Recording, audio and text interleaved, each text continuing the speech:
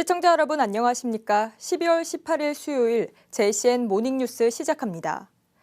울산시는 올 한 해를 울산의 미래 100년을 위해 도시 발전의 역량을 높인 해였다고 자평했습니다. 각종 특구 지정은 물론 울산 도심을 가로지를 도시철도 트램 건설과 국제정원 박람회 유치 등 대형 사업들이 잇따라 확정됐습니다. 어떤 성과들을 거뒀는지 구현희 기자가 정리해드립니다. 울산은 올해 지방시대 특구를 맞았습니다. 지난 2월 교육발전 특구에 이어 지난달에는 기회발전 특구와 도심 융합 특구에 연이어 선정돼 산업과 문화, 교육과 정주 여건을 동시에 발전시킬 수 있는 기회를 맞았습니다. 2028 울산 국제정원 박람회 유치도 성과로 꼽힙니다. 순천에 이어 국내에선 두 번째로 국제정원 박람회를 개최하게 된 울산은 죽음의 강이었던 태화강을 생명의 강으로 되살린 울산 시민들의 노력을 전 세계에 알릴 수 있게 됐습니다. 울산체육공원과 도심융합특구가 들어설 중구 다운동 일대의 그린벨트 해제로 균형 있는 도시 발전도 기대됩니다.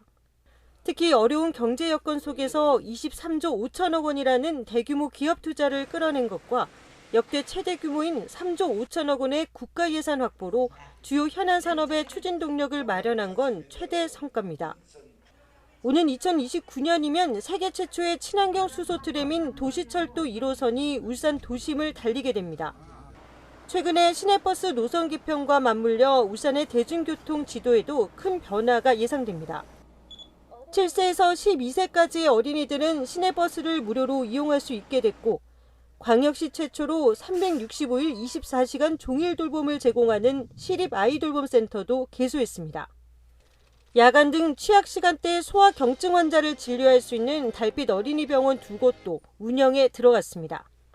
지난해 부활한 울산공업축제는 올해 100만 명이 넘는 관람객들이 함께하며 울산의 대표 축제로 자리매김했다는 평가입니다. 이 밖에 전국 최초로 수소 시범도시와 수소도시에 동시 선정된 것과 분산에너지 특화지역 지정과 차등 전기요금제 도입을 추진한 것도 눈길을 끌었습니다. 대내외적으로 어려운 여건 속에서도 괄목할 만한 성과를 거둔 울산시는 내년에는 산업과 문화, 생활 여건을 모두 갖춘 꿈의 도시인 울산을 만드는 데 정진하겠다고 밝혔습니다. JCN 뉴스 구현입니다. 김두겸 시장이 어제 서울 광화문에서 열린 제60차 대한민국 시도지사 협의회 총회에 참석했습니다. 김 시장은 저출생 문제 해결을 위해 기혼자와 다자녀 구직자에게 가산점 등을 주는 기업 특별채용 제도 도입과 통합 아동수당을 내년도 중앙지방협력회의 안건으로 제안했습니다. 또 방구천의 암각화 유네스코 세계유산 등재와 2028년 국제정원 박람회에 대한 관심과 지원을 요청했습니다. 한편 제18대 협의회장에는 유정복 인천시장이 선출됐습니다. 윤석열 대통령 탄핵 소추안에 찬성표를 던진 국민의힘 김상욱 의원이 욕설 테러를 당했습니다. 김 의원은 자신의 지역구 사무실 앞에 계엄 참사에 대해 깊이 송구한다는 문구에 현수막을 내걸었지만 누군가 해당 현수막 위에 붉은색 스프레이로 욕설을 남겼습니다. 김 의원은 국민의힘 소속 울산 지역 국회의원 4명 가운데 유일하게 윤 대통령 탄핵에 찬성한다는 입장을 밝혔으며 지난 16일 자신의 페이스북에 보수를 재건해야 한다는 글을 남기기도 했습니다. 울산 지역 경제가 전반적인 하락세를 보이며 비상등이 켜졌습니다. 한국은행 울산본부가 어제 발표한 실물경제 동향에 따르면 울산의 지난 10월 제조업 생산은 전년 동월 대비 0.8% 감소했고 특히 자동차와 선박, 석유정제 등 주력 산업 생산도 줄었습니다. 수출 역시 전년 동월 대비 10.8% 감소했으며 소비 또한 대형 소매점 판매가 10.7% 줄어드는 등 실물경제 전반에 불안정한 흐름이 나타나고 있습니다. 자동차를 포함한 주력 품목의 수출 부진으로 울산의 전체 수출이 큰 감소세를 보이고 있습니다. 울산세관에 따르면 지난달 울산 수출액은 66억 2천만 달러로 전년 동월 대비 11.5% 감소했습니다. 특히 자동차 수출이 주요 수출국인 미국과 유럽으로의 수출 감소로 9.1% 줄었으며 석유와 화학 제품도 수출 단가 하락으로 10%대 감소율을, 선박은 LNG선 등 고부가가치 선박의 수출 감소로 전년 동월 대비 21.8% 감소했습니다. 무역 수지는 17억 2천만 달러로 122개월 연속 흑자를 기록했습니다. 울산에서 빚을 갚지 못해 부동산이 경매로 넘겨진 건수가 올해 역대 최고치를 기록했습니다. 법원 등기정보광장에 따르면 올해 1월부터 11월까지 울산 부동산의 이미 경매 개시 결정 등기 신청 건수는 2,415건으로 지난해 전체 신청 건수인 2,243건을 넘어 역대 가장 많은 건수를 보였습니다. 한편 올해 전국 16개 시도 가운데 부동산이 대출금 미상환으로 경매에 넘겨진 건수가 가장 많았던 지역은 경기도로 3만 4천여 건을 기록했고 울산은 전국에서 세 번째로 적었습니다. 울산시가 내년 울산공업축제 기간 해외 관광객 유치를 위해 하늘길을 엽니다. 해외 우호 협력 도시에 국제 부정기 편을 운행하며 해외 관광객 유치는 물론 울산공항의 국제적 위상을 높인다는 계획입니다. 라경훈 기자가 보도합니다. 밤하늘을 수놓은 화려한 불꽃이 비처럼 쏟아져 내립니다. 울산공업축제의 시작을 알리는 낙화놀이가 방문객들의 시선을 사로잡습니다. 지난 10월 나흘간 열린 이번 축제는 다양한 볼거리와 즐길거리로 약 100만 명의 방문객을 끌어모으며 성공적으로 마무리됐습니다. 35년 만에 부활해 매년 다채로운 행사들로 큰 인기를 얻고 있는 울산공업축제. 울산시가 내년 축제에는 울산공항을 통한 국제 부정기편 운항을 계획하고 있습니다. 이를 위해 울산시는 울산세관과 울산출입국 등 관련 기관과 업무 협약을 체결했습니다. 협약에 따라 재정과 인력 지원, 국내외 관광상품 개발 등 국제선 운항을 위한 협력 체계를 구축할 예정입니다. 이번 국제선은 축제 기간 동안 해외 우호 협력 도시 한 곳에서 왕복 2회 운항할 예정으로 일본 니가타시와 중국 광저우시가 검토되고 있습니다. 국내선 정평과 국제선 취향을 추진해서 관광객 유치와 울산공항 활성화에 기여하겠습니다. 이번 계획은 외국인 관광객 유치와 지역 경제 활성화는 물론 국내선 중심으로 운영되던 울산공항의 국제적 위상을 강화하는 중요한 전환점이 될 것으로 기대를 모으고 있습니다. 내년 울산공업축제는 10월 16일부터 19일까지 나흘간 열릴 예정입니다. 국제선 취항을 통해 지역 경제뿐만 아니라 관광산업에도 새로운 활력을 불어넣을 것으로 기대됩니다. JCN 뉴스 라경훈입니다. 울산시 교육청이 어제 울산교사노조와 전교조 울산지부와 단체 교섭을 타결하고 협약식을 열었습니다. 시교육청은 울산교사노조와 11차례의 교섭을 거쳐 364개 항목을 합의했으며 전교조 울산지부와는 8차례의 교섭을 거쳐 362개 항목을 합의한 뒤 17개 항목은 두 노조와 공동교섭을 진행해 합의를 마쳤습니다. 이번 단체 협약엔 행정업무 경감 등 교원 업무 정상화 조치와 교육활동 보호, 교권 신장 등의 내용이 담겼습니다.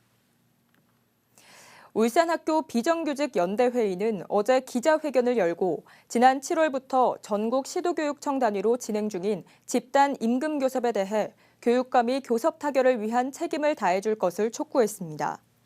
연대회의는 어제부터 매일 연속 집중교섭을 할 것을 교육당국에 제안했다며 임금체계 개선과 정규직과의 복리후생 격차 해소 등에 대해 교육당국의 전향적인 제시안을 촉구했습니다. 이어 교섭의 연내 타결을 위해 시도교육감들의 결단이 필요하다며 교섭이 해를 넘긴다면 새학기 2차 파업을 준비하겠다고 예고했습니다. 울산대학교 연구팀이 빛과 열을 이용해 종양만 선택적으로 공격할 수 있는 면역 항암제를 개발했습니다. 울산대 의과대학 이창환, 진준호 교수와 박사과정 박혜빈 씨 연구팀은 암세포 주변 면역을 활성화시키는 물질인 면역 관문 억제제와 광열 치료제를 결합해 쥐체내의 종양만 표적 공격하는 데 성공했습니다. 이번 연구로 광열 항암 치료와 함께 면역을 활성화해 암세포의 전이와 재발을 완벽히 차단하는 게 가능해지면서 향후 다양한 항암 치료에도 활용될 걸로 기대되고 있습니다. 울산 중구의회가 울산 최초로 전통시장 상인들의 교육 지원을 위한 조례를 제정합니다. 중구의회는 어제 열린 제269회 제2차 정례회 행정자치위원회 회의에서 김태욱 의원이 대표 발의한 관련 조례안을 원안 가결했습니다. 이 조례는 전통시장 상인들과 지역 상권 활성화를 돕기 위한 것으로 고객 관리와 홍보, 판매 기술 등과 디지털 기기 활용 교육 등이 담겼으며 오는 23일 열리는 본회의에서 최종 의결을 거치게 됩니다. 국민의힘 박성민 국회의원이 지식산업센터의 관리 체계를 강화하는 내용의 개정안을 발의했습니다. 박 의원은 현행법은 산업단지 밖에 설립된 지식산업센터를 부정 사용하더라도 적발이나 단속을 할 법적 근거가 없어 분양 후 전매를 통한 투기 행위가 발생하고 있다고 지적했습니다. 이에 개정안은 산업단지 밖에 있는 지식산업센터에 처분하거나 임대할 경우 자치단체장에게 미리 신고해 부적격 입주와 투기를 방지하도록 하는 내용이 담겼습니다. 울산 지역의 대규모 케이블카 개발 사업으로 대왕암 공원 해상 케이블카와 영남 알프스 케이블카 사업이 진행되고 있는데요. 이 사업 기간이 길어지면서 일각에선 사업이 무산되지 않을까 우려하는 목소리도 나오고 있습니다. 두 사업 모두 행정 절차는 무리 없이 추진되고 있지만 실제 착공까지 해결해야 할 문제가 아직 남아 있습니다. 박영훈 기자가 보도합니다. 지난 2021년 울산시와 사업시행사인 울산관광발전 곤돌라의 실시 협약과 함께 시작된 대왕암공원 해상 케이블카 사업. 지난해 12월 동구청으로부터 사업 실시계획 인가를 승인받고 지난 3월 울산시로부터 기반시설 조성계획 변경 심의도 통과해 착공이 가능해졌지만 아직 첫 삽은 뜨지 못하고 있습니다. 부동산 경기 불황 등으로 PF 시장이 위축되면서 사업을 위한 자금 조달이 어려워진 겁니다. 돈을 좀 빌려야 되는데 이제 자금 대출이 좀 힘든 모양이더라고요. 그래서 이제 좀 기다리고 있는 중입니다. 동구청에 따르면 사업 시행사가 PF 자금 조달에 어려움으로 울산시의 착공 시기를 1년 늦추겠다고 알렸고 결국 착공 시기는 내년 6월까지 연장됐습니다. 대출 상황에 따라 내년 10월까지도 연장될 수 있는데 이 기간마저 지키지 못할 경우 울산시는 사업 시행사를 바꾸는 방안도 고려 중입니다. 당초 지난 2022년 착공이 목표였지만 자금 확보 어려움과 사업비 재산적 문제로 착공 시기를 지난해 8월, 올해 4월로 두 차례 미뤘는데 또 1년가량 미뤄진 겁니다. 한편 지난 2001년에 시작돼 20여 년간 사업이 진행되고 있는 영남 알프스 케이블카 사업은 자금 문제보단 환경단체와 통도사의 반대가 가장 큰 쟁점입니다. 케이블카가 신불산의 환경을 파괴하고 통도사의 수행 환경을 침해한다는 겁니다. 이에 울주군청은 케이블카 상부정류장과 통도사 간의 이격거리가 5km로 먼 만큼 통도사의 수행 환경 방해는 없을 거란 점을 설명했고 환경단체의 요구에 맞춰 주민 설명회도 진행했다고 밝혔습니다. 우선 지난해 6월 낙동강 유역 환경청의 전략 환경 영향평가를 통과하면서 환경 영향평가를 비롯한 각종 인허가 절차만 남은 상황. 통도사와 환경단체와의 입장 조율 문제만 해결되면 계획대로 내년 하반기에 착공해 오는 2026년 준공이 가능할 전망입니다. 울산 지역 양 케이블카 사업의 기간이 길어지면서 사업 무산에 대한 우려의 목소리까지 나오는 가운데 양 케이블카 사업의 향방에 관심이 집중되고 있습니다. JCN 뉴스 박영훈입니다. 남구청은 올해 화물차 밤샘 주차 계도 활동을 통해 주택가 등 20개 구간에서 3,685건의 계도장을 발부했다고 밝혔습니다. 특히 꽃대나리로와 신정 수필 아파트 인근에는 무인 단속 CCTV를 설치해 167건을 적발했고 한 달에 한 번 남구 전역에 현장 단속도 실시해 과징금 부과 등의 조치를 취했습니다. 남구청은 주민 불편 해소와 안전사고 예방을 위해 지속적인 계도와 단속을 이어갈 계획입니다. 울산시는 내년 1월부터 산모와 신생아 건강관리 이용권 사용 시 발생하는 본인 부담금의 일부를 지원합니다.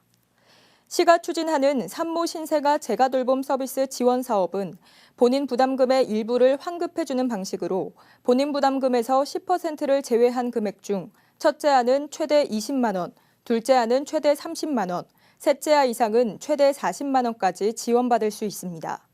지원 대상은 내년 1월 1일 이후 출생아로 울산시에 출생신고를 하고 부모 중 한 명이 출생일 기준 한 달 전부터 울산에 거주하고 있어야 합니다. 울산 상공회의소가 2024년 귀속 연말정산 실무교육을 실시했습니다.